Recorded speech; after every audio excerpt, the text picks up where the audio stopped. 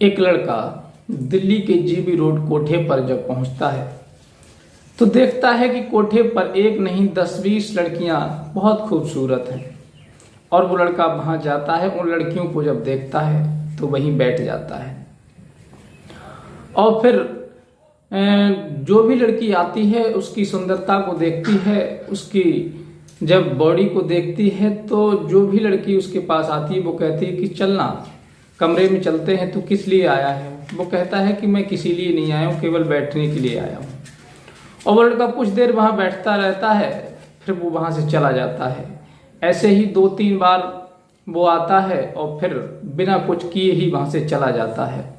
ये बात जब कोठे की मालकिन को पता चलती है तो कोठे की मालकिन उसे अपने केबिन में बुलाती है, अपने रूम में, और फिर उससे वार्तालाप करती है। फिर वो अपनी हकीकत बताता है तो वो कोठे की मालकिन चौंक जाती है, उसके पैरों के नीचे से जमीन खिसक जाती है और वो देखती रह जाती है। आखिर उसने ऐसा क्या बताया था, वो लड़का कौन था जो कोठे की मालकिन उस लड़के की हकीकत सुन करके हक्की बक्की रह गई, परेशान हो गई और कुछ नहीं बोल सकी। ये पूरी जानकारी के लिए आप इस वीडियो को अंत तक जरूर देखते रहें। नमस्कार, प्रणाम, मैं हूं रितेश कुमार। दरअसल आज की जो सच्ची कहानी मैं आपको सुनाने के लिए जा रहा हूं, ये सच्ची कहानी दिल्ली जीबी रोड कोठे की है। दिल्ली जीबी रोड कोठा एक ऐसी जगह है जहां पर पूरे देश भर की लड़कियां, चाहे वो पंजाब हो, चाहे वो बंगाल हो, चाहे वो गुजरात हो, चाहे नेपाल हो, आसाम, पूरे वर्ल्ड की लड़कियां वहां पर पहुंचती हैं। और वो कैसे पहुंचती हैं ये तो भगवान ही जान सकता है। कि कोई नौकरी के झांसा लेकर के उसे ले जाता है, कोई वहां बेच देता है, तो कोई अपनी मर्जी से जाती है, तो कोई रास्ते से उठा करके ले जाता है, वो वहां बेच देता है। इस प्रकार से वहां जितनी भी खूबसूरत लड़कियां होती हैं कोठे पर। और इधर एक लड़का जिसका नाम अनुराग था, अनुराग बहुत अच्छा तंदुरुस्त लड़का था, उसकी शक्ल सूरत बहुत खूबसूरत थी, दिखने में बहुत साफ सुथरा था। और वो दिल्ली के जीबी रोड कोठे पर जब पहुंचता है तो देखता है कि वहाँ 10-20 लड़कियां हैं और बहुत ही सेक्सी कपड़े पहने हुए हैं, बहुत ही सुंदर हैं। और वहाँ अनेकों ग्राहक आते हैं, चारों तरफ से, हर प्रांत से, पूरे देश से वहाँ पर ग्राहक पहुँचते हैं और अपने शरीर की जो हवस होती है उसे पूरा करने के बाद वहाँ से चले जाते हैं। जो भी वहाँ का जो रेट होता है वो अपनी कीमत देने के बाद। अब वहाँ पर जब अनुराग पहुँचता है तो अनुराग इतना खूबसूरत था और इतना शरीर से अच्छा था कि जो भी लड़की उसे देखती थी वो तुरंत उसके पास आ जाती थी। और अनुराग इधर जब गया तो चारों तरफ माहौल को देखता रहा और माहौल को देखते देखते वो वहीं सोफे पर बैठ जाता है। तब वहाँ जो लड़कियां थीं वो अनुराग की सूरत को देखती हैं तो वो देखते ही उस पर दीवानी हो जाती हैं और कहती हैं कि ये चिकने चलना, किस लिए आया है तू। वो कहता है कि मैं कुछ नहीं करूँगा। फिर वो लड़की कहती है, फिर जब तू कुछ करेगा नहीं फिर आया क्यों है, कुछ तो कर।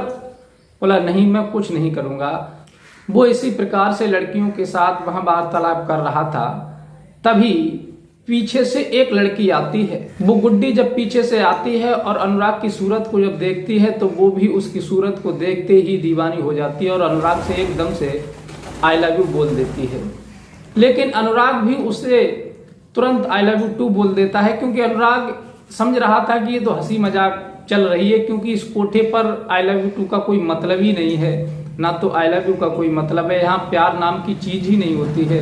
यहाँ तो केवल वही व्यक्ति आता है जिसे पैसा देकर के अपने शरीर की हवस पूरी करनी होती है, अपने तन की प्यास बुझानी होती है। बस वो वहीं बैठ जाता है और फिर वो लड़की गुड्डी जो देखने में बहुत खूबसूरत थी वो उधर से जब आकर के उसके पास बैठ जाती है। और तब वो गुड्डी अनुराग से कहती है कि अनुराग चलना यार, तू कब से बैठा पड़ा है यहाँ पर कोई बैठने की जगह तोड़ाई है। यहाँ लोग आते हैं, अपने मन की इच्छा पूरी करते हैं, अपने तन की प्यास बुझाते हैं और चले जाते हैं। 9-2-11 होते हैं और तू आकर के बैठ गया, बस देखे जा रहा है। अनुराग कहता है कि मैं कुछ नहीं करूँगा, केवल बैठने दो मुझे, मैं थक गया हूँ। तब गुड्डी कहती है अच्छा एक बात बता, कुछ खाएगा पीगा? क्योंकि गुड्डी उसकी सूरत पर दीवानी हो चुकी थी। तब वो कहता है कि मुझे प्यास लगी है, बस पानी पिला दे। तब वो अपने कमरे में जाती है और वहां से एक पानी की बोतल लेकर के आती है और अनुराग को देती है। अनुराग उस बोतल को देखने लगता है। तब वो कहती है, देख क्या रहा है, ये बोतल वो थोड़ा ही है कि जो सभी के हाथों में दे दी जाए। ये मेरी पर्सनल बोतल है, इससे मैं किसी को छूने भी नहीं देती हूँ, केवल मैं ही इससे पानी पीती हूँ। और तू ये समझ रहा है कि ये सबकी छुई हुई बोतल है। अरे वो तो तू अच्छा है, दिखने में साफ सुंदर लग रहा है, इसलिए मैंने तुझे अपनी बोतल पकड़ा दी, नहीं तो किसी की हिम्मत नहीं है कि मेरी बोतल को कोई टच कर दे। अनुराग मुस्कुरा देता है उसकी बात सुन करके और बस सोफे पर बैठा हुआ था और पानी पी लेता है, फिर उसकी बोतल उसे दे देता है। इस तरह से बैठे बैठे अनुराग के लिए शाम हो जाती है। अनुराग फिर वहां से उठता है, चलने के लिए तैयार हो जाता है। फिर गुड्डी कहती है, क्या तू पागल हो गया है? अरे सुबह का आया हुआ यहाँ बैठा था और फिर बैठे बैठे चल दिया। फिर यह कोठे पर आने का तेरा मतलब क्या हुआ जब तूने कुछ किया ही नहीं तो? यहाँ पर कोई शरीफ इंसान नहीं आता है, तू एक अकेला मुझे शरीफ दिखाई दे रहा है कि तू आया और वैसे ही बिना कुछ किए यहाँ से चल दिया और कुछ नहीं किया तूने। और हम भी तुझसे कह रहे हैं कि चल मेरे साथ कर ले, और ये लड़कियां हैं ये भी तुझसे कह रही हैं, लेकिन तू किसी की बात नहीं मान रहा है, बस आया बैठा चल दिया। अनुराग कहता है कि नहीं, मैं कुछ नहीं करूंगा। तब अनुराग अपनी जेब से 2000 रुपए निकाल करके उस गुड्डी को देता है, लेकिन गुड्डी उसका हाथ झटक देती है और कहती है मुंह बिगाड़ करके, पागल हो गया है, तूने हमें टच भी नहीं किया और तू हमें 2000 रुपए दे रहा है, तेरे घर पैसा फालतू है क्या? यहाँ पर लोग जिन कितने करोड़पति आते हैं और वो नंगे होकर के जाते हैं और वो रात दिन इसी काम में मस्त रहते हैं, और तू कुछ नहीं कर रहा है, फिर भी तू यहाँ पैसा लुटाने के लिए आया है। एक दिन बर्बाद हो जाएगा, इसलिए तू जा रहा है तो चुपचाप चला जा, पैसे अपने ले जा। गुड्डी उसके पैसे को जब नहीं लेती है और वो चुपचाप चला जाता है। लेकिन गुड्डी के दिलो दिमाग पर उसकी सूरत अनुराग की छा गई थी। अब वो ये विचार बना रही थी कि शायद किसी दिन वो दोबारा से आए, लेकिन इतवार के दिन आया था अनुराग। फिर इतवार के बाद सोमवार, मंगल, इस प्रकार से दिन बीतते गए। रोज वो इंतजार करती थी कि आएगा वो आएगा, लेकिन नहीं आया। अगला इतवार फिर आया तो इतवार के लिए फिर अनुराग उसी कोठे पर पहुंच गया। और जब कोठे पर पहुंचा तो वो जहां जो लड़कियां सभी थीं वो एकदम से उनमें एक दूसरे में कानाफूसी हो जाती है कि वो उसी दिन वाला लड़का आ गया जो बिना कुछ किए यहां से चला गया था और 2000 रुपए गुड्डी को देता रहा, उसने नहीं लिए। आज गुड्डी फिर दौड़ करके उसके पास आती है और कहती है कि आ गया चिकने, उस दिन तो तू बिना कुछ किए चला गया था, आज कुछ मन है तेरा करने का, कुछ करे तो बता। अनुराग कहता है कि देख, मैं अभी कुछ करने के मूड में नहीं हूं, मुझे बैठने दे। तब गुड्डी अपने आप से कहती है, अच्छा तू बैठेगा, मुझे पता है तू बैठेगा, कुछ नहीं करेगा, पानी पिएगा, पानी लेकर के आऊं। अनुराग कहता है कि आज मुझे प्यास नहीं है। फिर गुड्डी कहती है, नहीं तुझे प्यास नहीं है, लेकिन मैं तुझे पिला रही हूं तो तुझे पीना पड़ेगा ना। तब वो बोतल अपनी लेकर के आती है और फिर उसी अनुराग को देती है। तो अनुराग कहता है, क्या यहाँ पर यही पानी मिलता है, कोई बिस्लेरी का पानी या वैसी कोई बोतल नहीं है? तब वो कहती है कि ये तेरी ससुराल नहीं है जो तुझे बिस्लेरी का पानी पीने को मिलेगा, यहाँ पर कोठा है, और कोठे की मालकिन को जब पता चल गया ना कि तू यहाँ आता है, पूरे दिन बैठा रहता है, फिर चला जाता है, कुछ नहीं करता, तो वो हम सबको तो डांटेंगे ही, साथ में तुझे भी डांटेंगे, तुझे भी दंडित करेंगे। वो कहता है कोई बात नहीं, उन्हें पता चलने दो, मैं भी तो देखूं आखिर वो क्या कहती है। जो भी लड़की उसे देखती है और वो हाथ पकड़ती है, कहती है कि चलो ना मेरे साथ कुछ कर लो, मेरे साथ कुछ कर लो। अब इधर गुड्डी उसके पास बैठ गई आकर के सोफे पर जहां अनुराग बैठा था। तभी एक ग्राहक आता है, वो शराब के नशे में धुत था और बहुत बुरी तरह से लग रहा था बदसूरत। तब वो उन लड़कियों को देखता है, शायद उसकी नजर गुड्डी को ही देख रही थी, क्योंकि वो 1-2 बार पहले भी कभी आ चुका होगा। और जैसे ही अनुराग के पास वो गुड्डी को बैठा हुआ देखता है तो फिर वो गुड्डी से कहता है कि गुड्डी वहां क्या कर रही है तू, मैं आया हूं, आना मेरे पास। तब गुड्डी कहती है अनुराग से, अनुराग तू चलेगा या फिर मैं उसके साथ जाऊं? अनुराग मुंह हिला देता है कि नहीं गुड्डी, तुझे जाना है तो तू जा, लेकिन मैं नहीं जाऊंगा। वो बड़ी उदास हो जाती है। गुड्डी देखो ये कैसे मना कर रहा है, और ये व्यक्ति देखो इसे, इसके पैर सीधे जमीन पर नहीं रुक रहे हैं नशे में, फिर भी ये हमको बुला रहा है। वो बार बार फिर कहती है अनुराग से, अनुराग तू मेरे साथ चलेगा कमरे में या फिर मैं इस नशेड़ी के साथ चली जाऊं। गुड्डी बस ये सोच रही थी कि काश कहीं इसे बुरा लगे कि मैं दूसरे के साथ ना जाऊं और ये मुझे लेकर के चला जाए, लेकिन अनुराग पर कोई फर्क नहीं पड़ता है। अनुराग कह देता है तू जा, मैं नहीं जाऊंगा, मैं कुछ नहीं करूंगा। लेकिन गुड्डी के लिए वो नशेड़ी लेकर के चला जाता है कमरे में, और फिर उसे संतुष्ट करने के बाद गुड्डी फिर निकल करके आती है उदास चेहरे को लिए हुए, और अनुराग के पास आकर के बैठ जाती। कहती अनुराग मैंने सोचा नहीं था तू कि इतना कठोर निकलेगा, तूने मेरी बात नहीं मानी और तू मेरे साथ नहीं गया।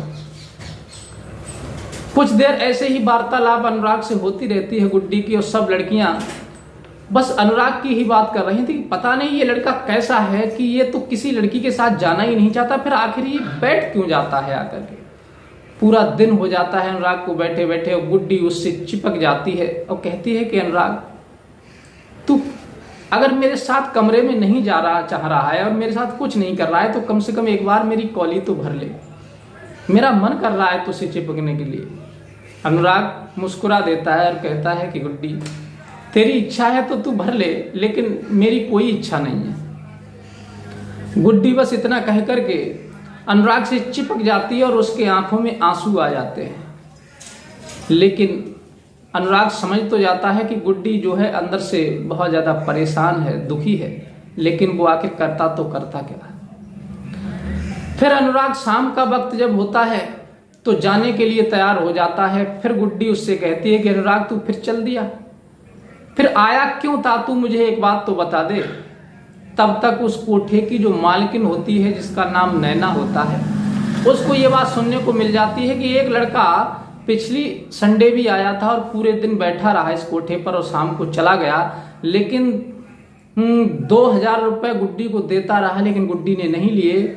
और आज वो फिर आया है और पूरे दिन बैठा रहा किसी लड़की के साथ, उसने कुछ नहीं किया और फिर जाने लगा।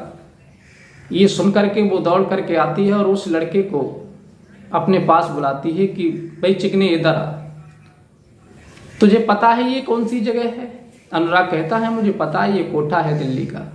फिर तू आकर के यहाँ बैठ जाता है क्या, या चौपाल है या फिर कोई पार्क बनी हुई है तो तू आता है और किसी लड़की के साथ कुछ नहीं करता?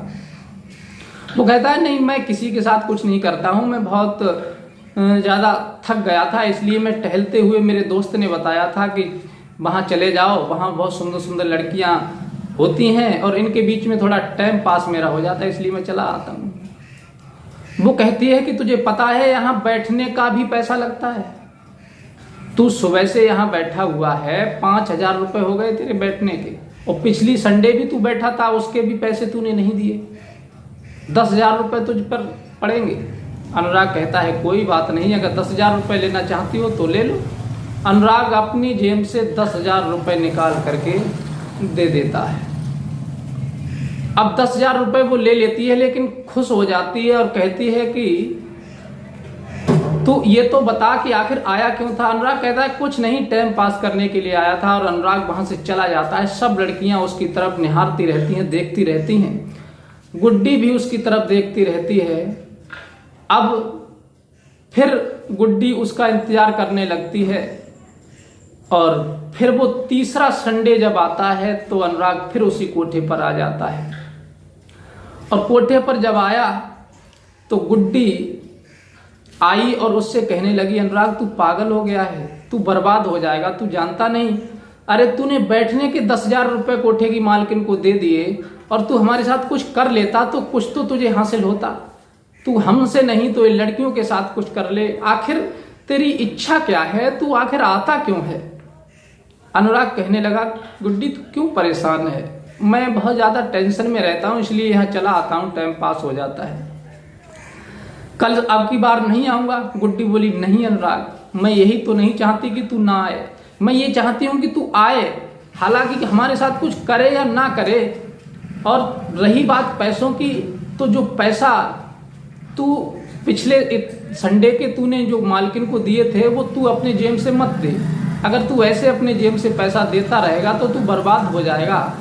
मैं तुझे, तू जब आया करेगा तो 5,000 रुपये मैं तुझे दे दिया करूंगी, बस वही पैसे उठा करके तू कोठे की मालकिन को दे दिया कर और बस पूरे दिन आकर के तू बैठ जाया कर, बस मेरा मन लगा रहता है। गुड्डी की बात सुन करके अनुराग कहता है ठीक है। अब उसने 5,000 रुपये तीसरे संडे को अनुराग के लिए दे दिए और उधर कोठे की मालकिन आई तो उसने वो 5,000 रुपये कोठे की मालकिन को दे दिए। कोठे की मालकिन ने दोपहर में पूछा लड़कियों से कि क्या इस लड़के ने आज किसी के साथ कुछ किया। सब लड़कियों ने कह दिया किसी के साथ कुछ नहीं किया इसने। अब उधर तो उसने चुप्पा पैसे दे दिए थे गुड्डी ने, किसी को पता नहीं चला था। अब कोठे की मालकिन नैना के दिमाग में ये बात बैठ जाती है कि आखिर इस कहीं ऐसा तो नहीं है कोई जासूस हो, कोई सीआईडी का जवान हो या फिर कोई और व्यक्ति हो जो हमारी जासूसी करता हो। कोई तो कारण होगा जो कि बिना कुछ लड़की के साथ किए हुए हैं सुबह से शाम तक बैठा रहता है। अब वो अपने बंदों को सेट करती है वहीं कोठे पर और उसकी इंक्वायरी के लिए लगा देती है कि आखिर इसकी इंक्वायरी करो, ये है तो है कौन। उधर तो इसकी इंक्वायरी में लोग लग जाते हैं और अनुराग तीसरे संडे भी उस कोठे पर बैठा रहता है और बैठे बैठे उसे दोपहर हो जाता है, लेकिन गुड्डी उससे चिपक जाती है, उसकी कॉली भर लेती है। वो सोचती है कि शायद इसके अंदर कोई फीलिंग जागे और ये मेरे साथ कमरे में चले तो मैं इसके साथ टाइम बिताऊं, क्योंकि ये बहुत खूबसूरत है दिखने में। और एक तरफ से गुड्डी उससे प्यार करने लगी थी, लेकिन कोठे पर प्यार का कोई इजहार नहीं होता है, कोठे पर प्यार की कोई वैल्यू नहीं होती है। वहां तो प्यार धंधा होता है, लड़कियों का धंधा होता है, तो वहां पर केवल बात पैसे की होती है, प्यार से कोई समाधान नहीं होता, कोई मतलब नहीं होता। और गुड्डी ये सोच रही थी कि आखिर मैं इससे कहूं तो कहूं किस मुंह से कि मैं तुझसे प्यार करती हूं, ये मुझे अपना थोड़ा ही लेगा। अरे मेरे साथ ना जाने कितने ग्राहक रोज आते हैं, मेरे तन से खेलते हैं, मुझे लूटते हैं, खचोटते हैं, तो आखिर ये व्यक्ति अपनी आंखों के सामने मुझे दूसरे ग्राहक के साथ जाते हुए देखता है तो ये मुझे अपना कैसे सकता है, कैसे मुझसे प्यार कर सकता है। लेकिन गुड्डी अपनी तरफ से पूर्ण प्यार में उसके पागल हो चुकी थी, दीवानी हो चुकी थी। अब वो अनुराग जैसे शाम होती है और फिर वहां से चला जाता है तो गुड्डी आंखों में आंसू भर लाती है, रोने लगती है। इस प्रकार से जब अगले संडे के लिए जब अनुराग नहीं आया तो गुड्डी बहुत ज्यादा टूट गई, बहुत ज्यादा दुखी थी और इंतजार में बस उधर ही को गेट की तरफ को बार बार नजर मारती थी कि कहीं अनुराग आ जाए।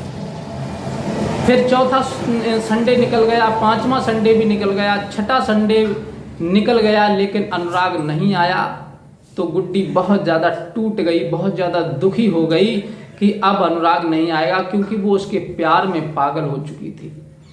साथियों, इससे आगे अनुराग फिर अगले संडे को आता है, फिर उसके साथ क्या होता है और वो किसके साथ क्या करता है, ये आगे की जानकारी हम आपको अगली वीडियो में बताएंगे, क्योंकि ये वीडियो बहुत ज़्यादा बड़ी हो जाएगी। इसलिए पार्ट 2 का इंतजार करें और उसमें पूरी जानकारी बताएंगे कि अनुराग ने क्या किया।